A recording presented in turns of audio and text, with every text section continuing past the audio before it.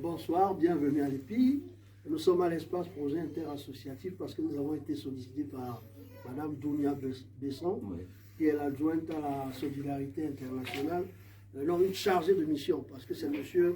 Araz Haroun qui est adjoint à la solidarité internationale, qui nous a sollicité pour accueillir cette exposition dans le cadre du Festival des Solidarités, donc que nous accueillons avec plaisir. Et donc voilà.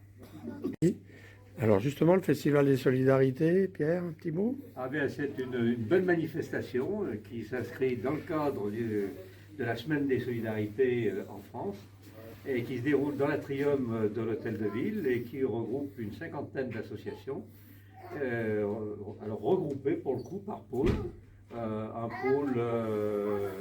Un pôle santé, un pôle développement, un pôle éducation, enfin bref, un pôle média, et qui permet pour le grand public de découvrir ce que font les associations lyonnaises en termes d'intervention sur la solidarité internationale. Donc, qu'est-ce que nous faisons ici, Odile? Bon, alors, nous sommes membres de l'Association pour le volontariat en Europe et c'est dire à chacun qu'il peut s'engager et en même temps pouvoir échanger entre pays européens de tout ce que chacun. C'est des bénévoles. Alors on dit bénévole en français, mais c'est volontaire en anglais. Et aujourd'hui on dit volontaire un peu à travers le monde.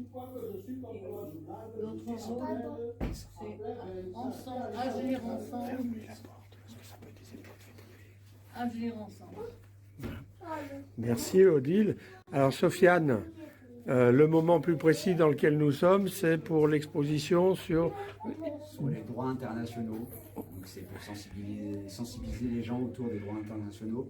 Parce qu'il y a un manque de connaissances et un manque d'informations autour. Donc nous, à l'EPI, on est ravis d'accueillir cette exposition. Donc merci à vous. Et j'espère qu'on aura du monde qui viendra la voir. Et alors cette exposition, elle a pour finalité de permettre aux enfants, aux adultes, de découvrir les droits humains, quelques-uns, ceux de la Convention européenne, à travers des photos. C'était une initiative qui a été prise par le Conseil de l'Europe pour le 60e anniversaire de la Convention européenne des droits de l'homme. Voilà. Et donc il y a un petit jeu. Tout à l'heure, des jeunes filles ont joué à ça, puis des grands aussi. Hein. Alors, quel est l'intérêt de cette exposition alors pour toi? De redécouvrir la déclaration des droits de l'homme européenne et de découvrir ces grands principes qui sont si importants et si peu respectés. Alors, il y a des fiches pédagogiques, hein, donc si les groupes viennent, ils trouveront les outils. Donc à partir d'aujourd'hui, ils vont être informés.